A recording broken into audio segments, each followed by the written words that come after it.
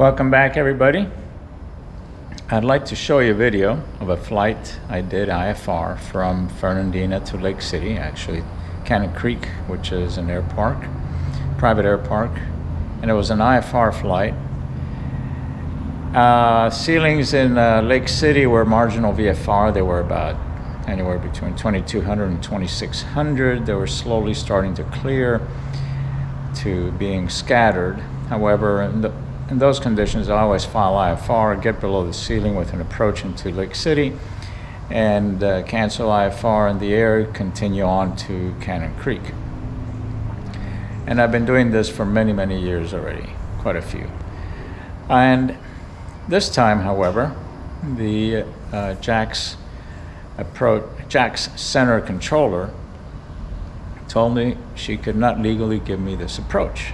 So I'm going to give you the highlights of a flight, in flight, and then you can tell me whether you agree or not, and whether this is actually something I can do legally, and anyone can do legally.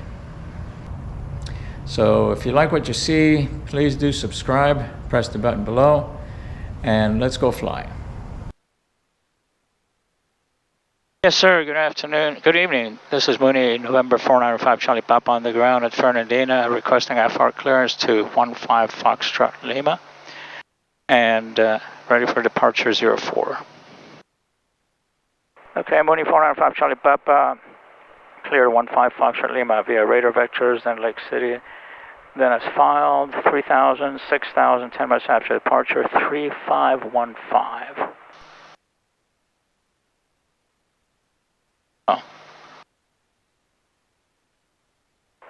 Okay, Mooney 495 Charlie Papa is upon entering control airspace 320, 3000, void if not off by 0031. 5 Charlie Papa. Talk to you later. Okay, so I'm cleared. Radar vectors starting 040, then 320. Turning left for that. Altitude 3000, frequency 127, I got that there. 5515 in the box, ready to roll. Here we have Lake City Airport, and this here is Cannon Creek. And it is 5 nautical miles away from Lake City. My flight plan, as you can see, included Lake City as a waypoint going this way and then on to Cannon Creek. You see that it's a Class Delta airspace. And it says look at the supplement for more info. And let's look at the supplement a second. And here in the supplement, we look at the airspace section.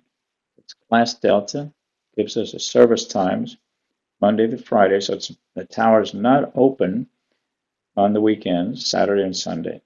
Other times, the important part is this, it's Class Echo. And that's Class Echo to the surface. And Class Echo, or Delta or Echo, borders are, excuse my poor drawing, are this is 4 nautical mile radius around Lake City Airport. So once I fly an approach or fly VFR, whichever way I fly into Lake City, I mean, I'm always below 2,500 feet by the time I get there. I'm going to be in Class Delta or Echo depending on the time of day and if the tower is open at any time beyond the normal operating hours. Otherwise, I'm in Class Echo, so everything is controlled to the surface. 4 nautical miles out, I enter Gulf airspace, at least if I'm below 700 feet. And this here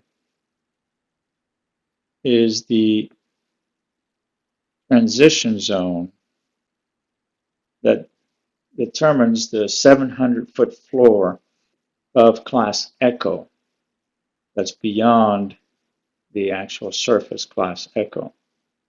or class Delta. And it extends 2 miles beyond the air traffic area, either Delta or Echo, and is above 15 Foxtrot Lima. Outside of that, it's 1,200 foot floor for class Echo.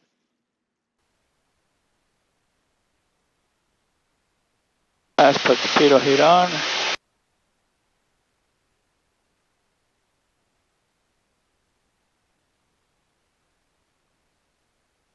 Three, 2, 0.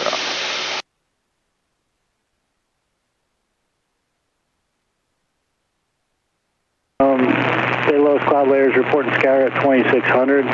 Shouldn't have any issue there, I wouldn't think. Yeah, so really whichever you'd like. Okay, we'll take a look at Gainesville. Thanks for that. First, Frontier Flight 125, descending 6,400 for 5. Frontier 125, Jax approach, good evening. Expect the ILS runway 8. Frontier 125. 25 Charlie Papa, airborne 1,200, climbing 3,000, heading 320. 2495 Charlie Papa, Jacksonville departure, ident. 5 Charlie Papa, your radar contact 2 miles north of Fernandina. And are you doing an approach at Lake City before you continue on, or are you just overflying? I may have to, depends on the ceilings.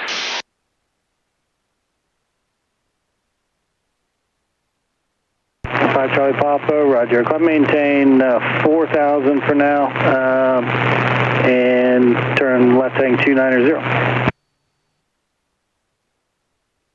4,000 left, 290, 5 Charlie Papa. 5 Charlie Papa, turn left direct Lake City. 5 Charlie Papa, direct Lake City.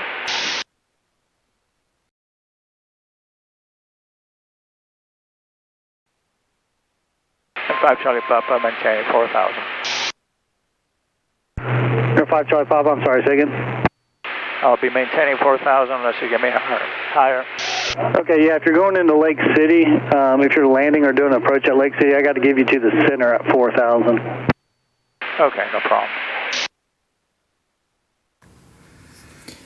The approach I always use is RNAV 28 at Lake City. And you can see it's an LPV approach with MSL 540 minimums or 344 above ground, which is quite low.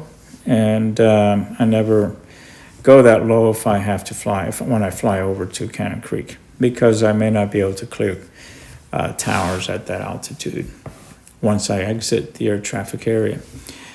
And you can see at 1,800 feet at Opie, which is a final approach fix. Coming in from the east, I either fly to Zels, the initial approach fix, or Orejo. Zels or Orejo. If I have to lose altitude, I'll use this hold to do that.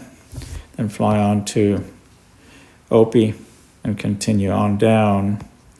And cancel IFR anywhere between Opie and the missed approach point, and continue on to Cannon Creek. 495 Charlie Papa, connect Jacksonville Center 125.37. Have a good night. 125.37, 5 Charlie Papa. Jax Center 145 Charlie Papa, 4,000, requesting RNAV 28 and Orejo if possible. And I'm showing you landing 15 Foxtrot Juliet, is that not correct? That is correct. I'm just going to use the approach to get below the ceiling. Roger, stand by.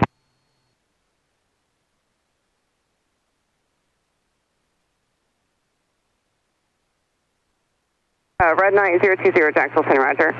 5 Charlie Papa, unless you're landing Lake City, I can't legally give you the approach. Well, that's interesting. I've done that many times with you guys. I'm sorry, say that again?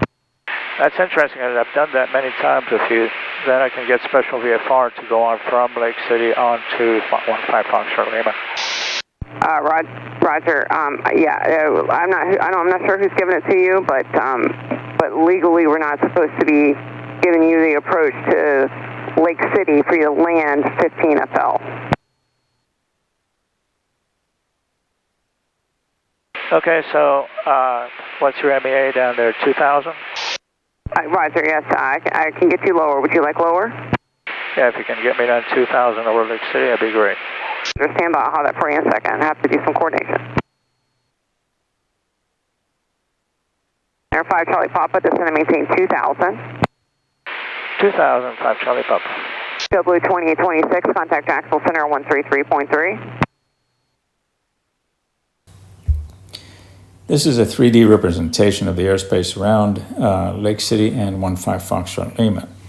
And we can see that the borders of the air traffic area around Lake City for either Delta when the tower's open or Echo when it's closed, and that was at night when I did my flight. The air traffic area border is this right here, and it goes up to 2,500 feet. And when it's Echo, it's all the way to the surface, again, like Delta would be. We looked at the VFR weather minimums on FAR 91-155. It's got a great table depicting every single airspace and day or night and so many feet above ground or MSL or whatever. Anyway, I've just basically summarized what's applicable to this particular flight and this area.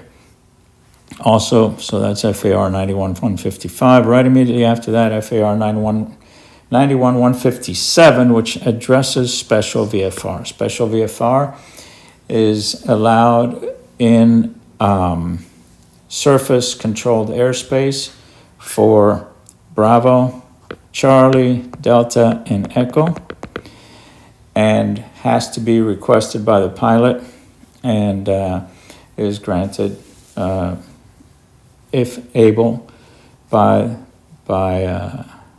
the controllers, by the center or approach. Anyway, not all Bravos have that capability or allow it, and I think most Charlies do. I don't have enough knowledge to tell you which ones do or don't. Delta and Echoes are almost all of them do, I believe. So in this case, special VFR, I could request special VFR if I wanted to or needed it. And we see that the visibility and cloud clearance requirements for special VFR are 1 mile visibility clear of clouds, right here, special VFR, 1 mile visibility clear of clouds, day or night. The only difference is daytime, any VFR pilot can do that. At night, you have to be IFR certified, qualified, and current, as well as the aircraft. In Delta or Echo, at night, without using special VFR, here, it's 3 mile visibility, 152 being 1,000 feet above, 500 below, 2,000 lateral, day or night, no difference for that. And Golf is 1 mile clear of clouds during the daytime, and at night it's 152, except there's a subparagraph in the FAR 91-155 that states that if you're within a half mile of the runway in class Golf at night, then you can be basically 1 mile visibility clear of clouds at night. And that's important because once I exit class Echo air traffic area, very shortly I'm within half mile of the runway at 15 Foxtrot Lima. So I could legally fly 1 mile clear of clouds. Is it safe? Not necessarily, but it would be legal. Air 5 Charlie Papa 15 FL is at your 12 o'clock and approximately 23 miles. Let me know when you get to the airport site. Also, when you get the Lake City weather and the NOTAMs, please. I've got weather and NOTAMs at Lake City. I'll let you know when I got the airport in sight.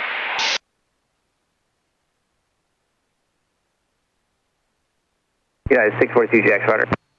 495 Charlie Papa, Lake City Airport's 12 o'clock and about 6 miles. Cannon Creek's about 5 miles past that. Let me know if you need anything. 5 Charlie Papa has Lake City Airport in sight. I'd like to cancel IFR.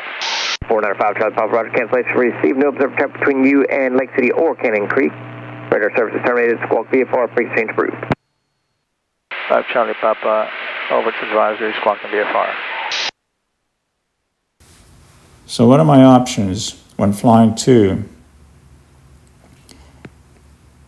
155 Lima through Lake City by using the RNAV 28 approach?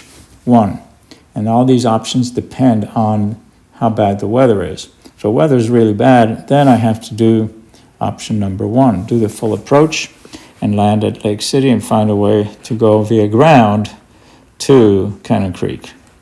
2, weather's really, really bad, I go missed. 3, weather's not so bad, I cancel IFR prior to the missed approach point and then have requested special VFR prior to entering the air traffic area, and hopefully while also getting clearance for the approach so that ATC is quite aware of what I want to do and I've got the clearance to do so. So I get my special VFR clearance within the class echo to the surface and then exit and continue on VFR to 15 Foxtrot Lima. Finally, if weather is really good or not so bad at all, go cancel IFR and continue on VFR all the way. So I can cancel IFR anywhere along this approach point, anywhere in the approach. My minimums at night are absolute 1,000 foot ceilings to continue on to 15 Foxtrot Lima, because once I exit the air traffic area, then there's towers out here, and the towers, all of them are below 500 feet along my route, and there's no towers really between Lake City and the airport directly. However, just to be safe, it's better to be somewhat higher and above those towers, and that's why I set 1,000 feet at night. I can go lower during the day, say 700 feet during the day, and I'll still be clearing all those clouds, 700, even 600 feet. That'll keep me initially at 500 feet, my first part, and then on, once I'm within half mile of the runway, I can be clear of clouds and 1 mile visibility there. So it's better to be safe than legal. I checked all this with FSDO in Orlando, and they said all this, there was nothing in the regs that prohibited this in any way whatsoever or made it illegal, and they saw absolutely no problem with this particular approach to flying into Cannon Creek from Lake City and flying an approach into Lake City and then continuing on to Cannon Creek via either special VFR and then VFR or VFR all the way. So now let's go land after all this.